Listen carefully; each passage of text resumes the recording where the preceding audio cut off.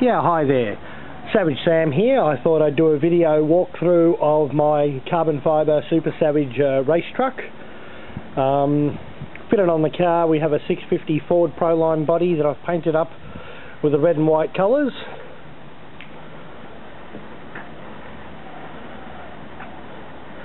I'd like to thank Team RCG for all their support throughout my racing, and Extreme RC Mods for the monster modified motors that they provide.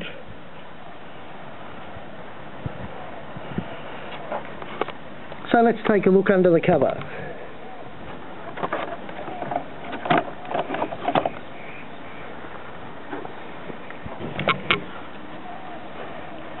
Okay, the racer started with a set of carbon fibre TVPs, engine plate, bottom skid plate, shock towers and bottom bulkhead plates.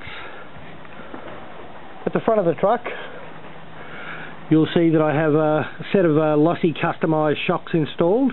I had the shaft shortened and the body shortened to give me the ride height that I wanted.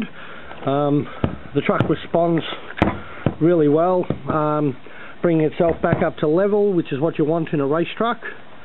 Running 30 weight oil in the front of the truck. I've got customised sway bars as well that I've installed. The front diff's running 50,000 weight oil with Savage Flux out cups, dog bones and outer drives. I've also installed the HBI front suspension upgrade kit, which would definitely be one of the best things you'll ever invest in for racing. It allows to give you a lot of roll centre and control over your camber and toe. As you'll also see, it gives you great steering through the corners. It allows the lead tyre to turn in and lead through the corner. Definitely helps with it on power turning.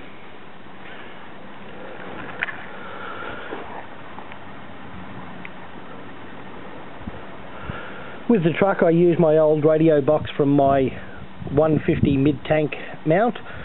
I mounted the radio with the receiver, battery and transponder just on a bottom plate, bolted through the TVP holding it nice and firm.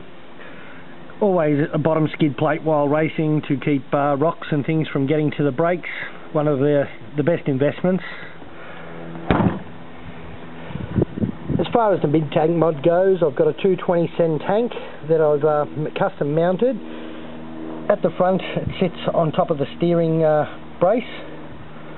On the rear I've actually manufactured a brace that bolts to the TVP on the side, runs in a U-shape underneath to allow the tank to lean forward at the front as the pickups at the front of the car, which is actually the wrong way round.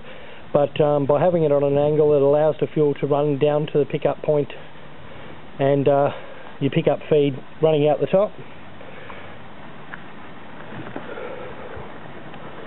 When mounting the tank, as you can see, there's not a great deal of clearance between the dog bone and the bottom of the tank, and also the steering linkage on the other side.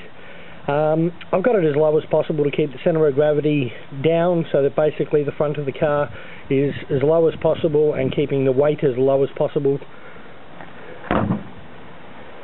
Makes filling up nice and easy. You fill through the front window. I run a 2-speed box in the race truck.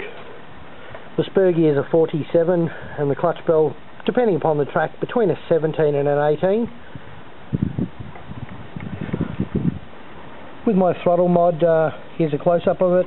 I myself use high-tech servos, 7955 24 kilo servo, both for throttle and steering.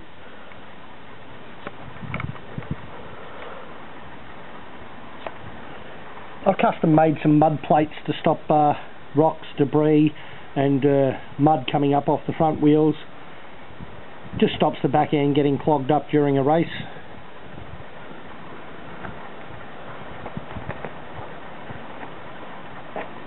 Moving to the back of the car, I've got the rear wing mount directed to the back of the Platinum RC shock tower.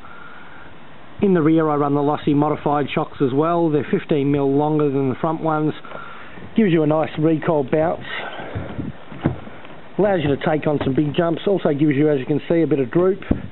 The arms flatten out nicely and they dip just a fraction under load, which is where you want the car sitting for a race.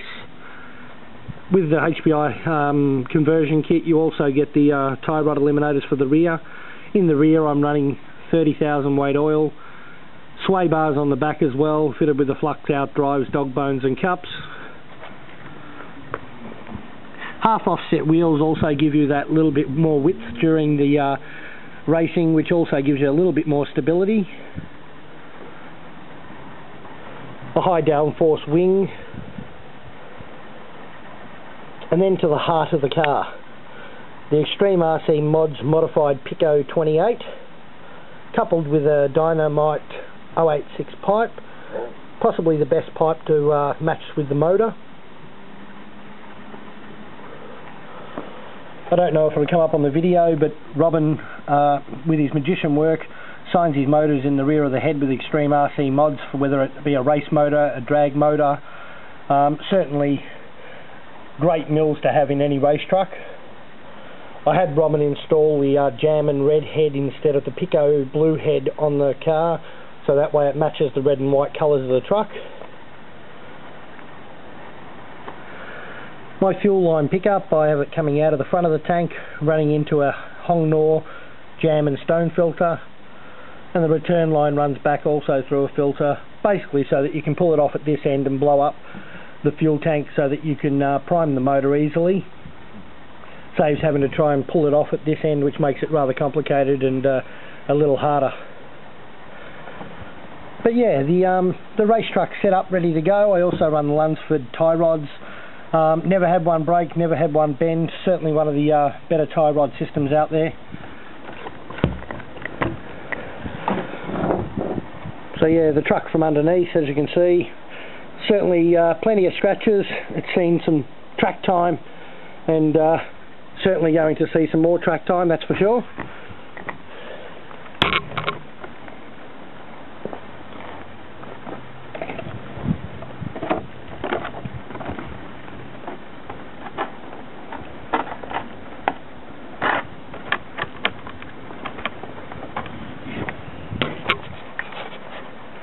I really like the truggy body on the truck, it looks fantastic. The only downside is I can't race it with this body. Under Australian monster truck rules, we have to run a truck body on a truck. It's certainly the coolest looking body. It's a Jammin X2 Proline body that I painted up. Certainly gives the truck that evil appearance looking at it from the front. But that's basically a wrap up of all the mods that I've done on my carbon fibre Super Savage. I hope it's been informative, and look forward to seeing you on a track sometime soon. Thanks a lot.